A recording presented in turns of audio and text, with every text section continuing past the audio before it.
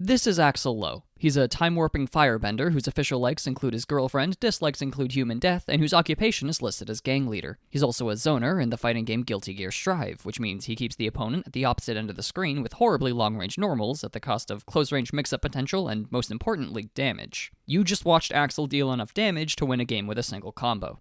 Now, there are like 5 different things that make this actually possible that'll never happen in a real game, but putting them aside for a moment, it makes an interesting point. That point being, well, combos are important. Of course, they're important for winning. If one actual player hits a move and does nothing else, and the other does, well, that, the second player is at a massive advantage. Even something simple like this is way better than not having a combo at all. Over 2.5 times better, meaning it'll take less than half as many hits to win the game, meaning you'll probably win way more. Combos are arguably more important, however, in how they keep new players coming back. Fighting games thrive off of that I did it moment, when you bait a game-winning super, or make a ridiculous comeback, or land that crazy combo you practiced for half an hour. This is how these games keep you engaged. It's a goal for you to hit that's not just grinding the ranked mode, and a flood of dopamine that, once you get it, you'll keep chasing every time you boot up the game. It's no surprise, then, that newcomers to almost any fighting game think a big flashy combo is one of the first things they should learn. Plenty of games even have big flashy combos baked into their systems, and what'll happen is not great. To go back to the Axel example, I need to ask, why was I able to do this combo? There's a bunch of in-game reasons. I had full tension gauge, positive bonus, the risk gauge was through the roof, but the real reason is that this is training mode.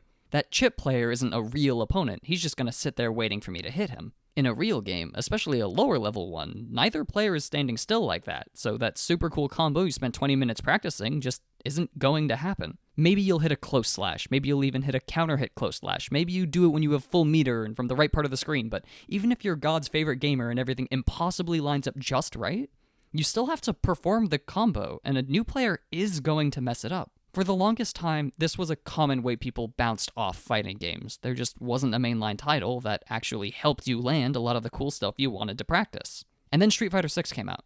SF6 was revolutionary when it came to getting new players on board. It had a well-made story mode, an alternate beginner-friendly control scheme, and was popular enough that the matchmaking pool had people of all sorts of skill levels. But all this stuff's been talked to death. We know SF6 has amazing onboarding, but there's a specific part of its design that I really don't think gets talked about enough, and that's the way it handles big combos. SF6 is one of those games I mentioned earlier that dangles big, flashy sequences in front of new players' faces. Sure, the combo trials have some more practical combos to show you, but if you're anything like me, it's real tempting to just zip straight over to the end and start trying to pull off the big boy stuff. And maybe you can't, maybe you settle for one of the intermediate ones, but they can still be plenty flashy and plenty hard. Now, it's Street Fighter, it's not like it's going to be full of dash cancels or jump cancels or Roman cancels or any other kind of cancel. It's probably just a bunch of buttons and maybe a few motion inputs. But again, for a new player, or even an experienced player learning a new character, it'll probably take a couple tries. Of course, you can practice a combo until your fingers fall off, but that's not what this video is about.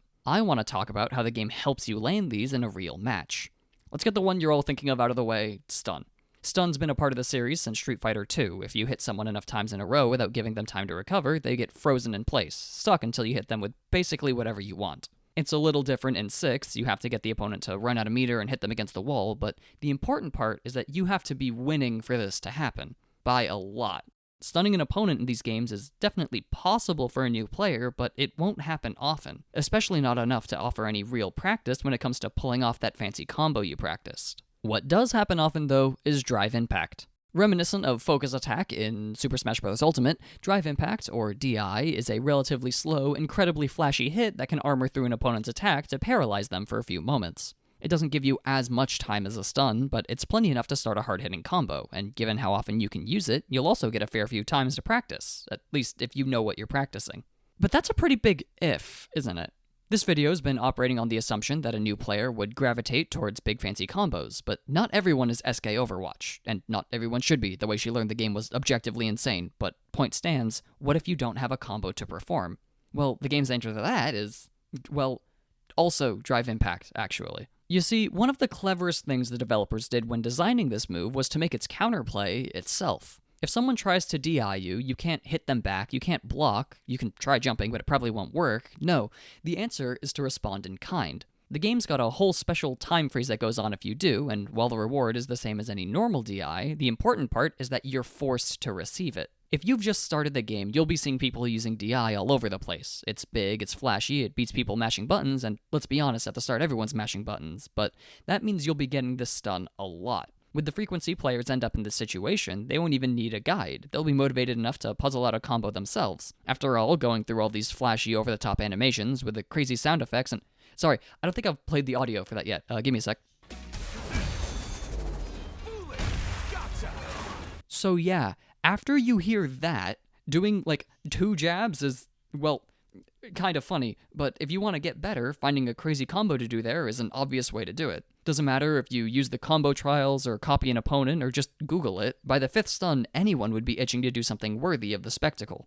Now, to prove I'm not just making stuff up here, there are plenty of examples of players getting the opportunity to use the flashy combos they've practiced because of Drive Impact. To look at, well, SK again, there's a video she put out recently talking about the start of her Street Fighter journey, and she makes special note of DI. Specifically, a safe jump combo she'd practiced. Who taught her a safe jump combo? She hardly knows what a link is yet. Was doable after a DI stun. In her own words, for hours and hours, I Q ranked, spamming DI and heavy kick, failing my combo over and over again, and each time getting closer and closer. The important thing here to focus on, and something SK calls out herself, is that it takes a crazy amount of time, even with the advantage of DI, to pull the combo off. But also, as she pointed out, the frequency with which she got opportunities to try the combo helped her get better at it. And after a while, she hit it. And come on, listen to this. Is this not the greatest thing ever? Yes! Yes! Yes! Let's go! Let's go! So DI is a mechanic you're forced to use that not only heavily encourages you to learn a combo, but also gives you the opportunity to practice it. Neat. Cool. That's not all. See, Drive Impact does a weird thing when it connects in the corner. Did you notice how the combo, didn't work? That's because of wall splats. If a DI knocks an opponent into the corner, they get flattened against a wall. It's similar to a stun, but since the opponent is airborne, you're probably going to have to use a completely different combo here. Now, the details of this combo will probably be a little harder to figure out on your own. Street Fighter's air juggle system is definitely not something I'll be praising in this video, but the damage potential here is still sky high. At first, finding out the big long combo you practice doesn't even work here might be demoralizing, but it teaches an incredibly important lesson. There is no best combo. Deciding what string of attacks to use will always depend on the situation. At higher levels, things like meter amount, remaining health, and screen position all play a role in determining the specific route a player will take. Wall splats neatly introduce this idea that different combos are used for different things, and again, a very common situation. A player might have already learned and performed a typical DI combo a bunch, and the "let's go" factor may have worn off, but wall splats are there to offer another combo to learn, and another "let's go" when you finally pull it off. And of course there's more. I mentioned stuns earlier. While they might not happen as often, the increased setup time means they'll have their own unique combos as well. Hitting a DI on an airborne opponent requires another. There's also more complicated stuff, like how DI encourages players to learn about resets, or how its increased usage in the corner makes counter DI a great comeback tool, but that's straying a bit too far from the point of this video. After all, while DI may be the most obvious way Street Fighter 6 helps new players perform their combos, it's actually not the best way to start one. No, that award has to go to a mechanic I think is so well made that it should be implemented in every Street Fighter game going forwards. I'm talking, of course, about punish counters. You can trace the inspiration back to crush counters in Street Fighter V. In that game, if you hit an opponent with certain moves while they were in the animation of their own attack, it would trigger a special crush counter effect. The specifics differed from move to move, but generally it would cause a big screen freeze and let you get a solid combo afterwards. Now, this feature was controversial for a couple reasons. Go watch this great video by Broski if you're looking for a bit more detail, but what I want to look at here is how they're implemented in the most recent game. A punish counter is a special modifier that gets applied to a move if you hit an opponent after they've finished an attack, but before they finish the animation. Every move can punish counter, and for the most part, it'll just give you a bit more damage and 4 extra frames of advantage, which is both incredibly important and maybe a bit too complicated for this video. However, some moves will replicate the old crush counter effects. If we take a look at Aki's stand heavy kick, you can see the extra screen freeze and knockback it's been given by the punish counter. So why is this important?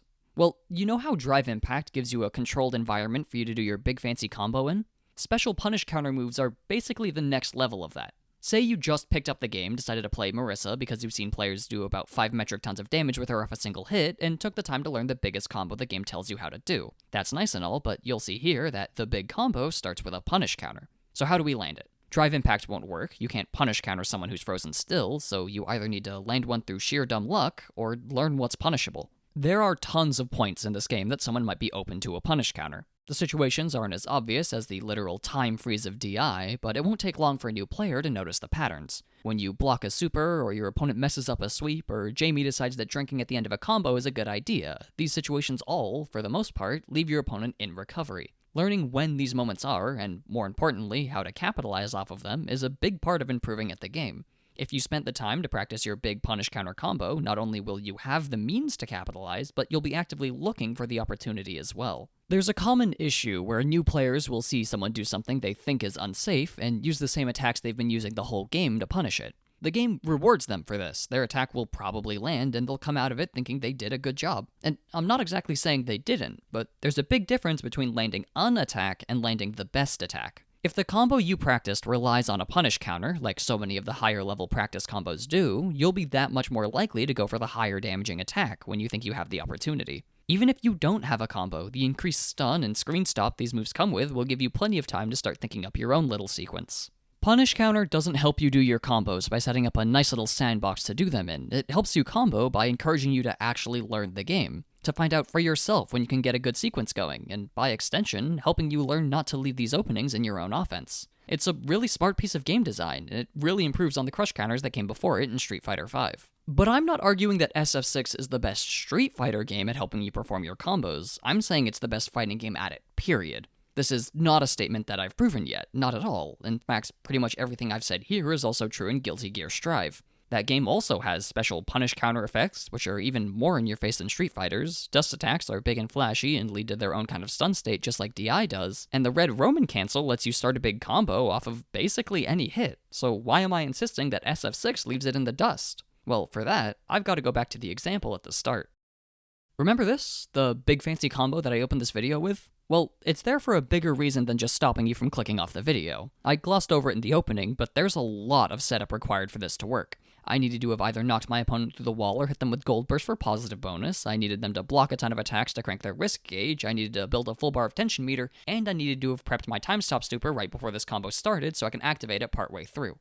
This is literally impossible to do in a real match. No, seriously, even if the other player is trying to help you set this up, you can't have full meter and have just popped time stop, especially on top of all the other stuff. From a resource perspective, it just isn't possible. Now, obviously this one was made to be over the top, but the point still stands. You can land some sick stuff without any resources, but any of the really flashy combos require some sort of setup. Maybe you need burst gauge for Wild Assault, or tension gauge for Roman cancels, or any other of the system or character mechanics to have been prepped in advance for your combo to work. This adds another obstacle for a player trying to pull off a new combo. They can't just go for it, they have to build meter first. And to do that, they either already have to be winning or getting their butt kicked without using their defensive options. These prerequisites can be some of the biggest obstacles for actually pulling off something cool, and that's how it works in basically every fighting game. But obviously, because I've brought it up in this video, there is an exception.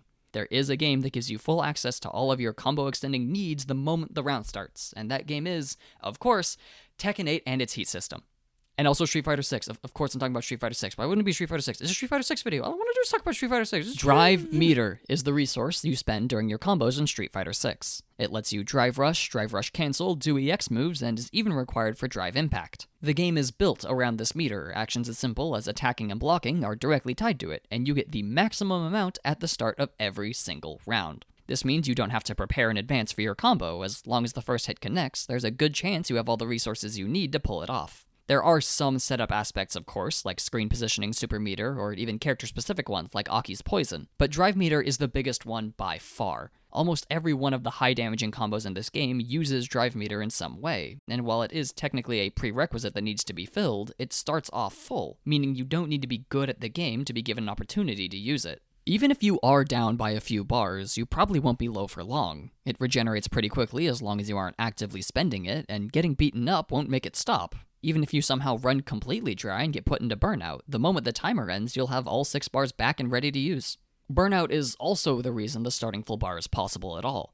Everything needs a trade-off to maintain balance, and while for other games it's the time or skill required to build meter, SF6 only asks that you don't lose all of it. It's a resource game where you're given everything you could want from the get-go, but if you go overboard, you'll be locked out of the system. This is important for high level, where there's a constant battle for meter, with opportunity costs being weighed on every action. But at a lower level, where burnout honestly isn't as punishing, it means the fear of spending your resources on something you might mess up becomes less powerful. Sure, you might accidentally burn yourself out going for that cool Twitter clip, but in under 20 seconds, you'll have everything back for another try.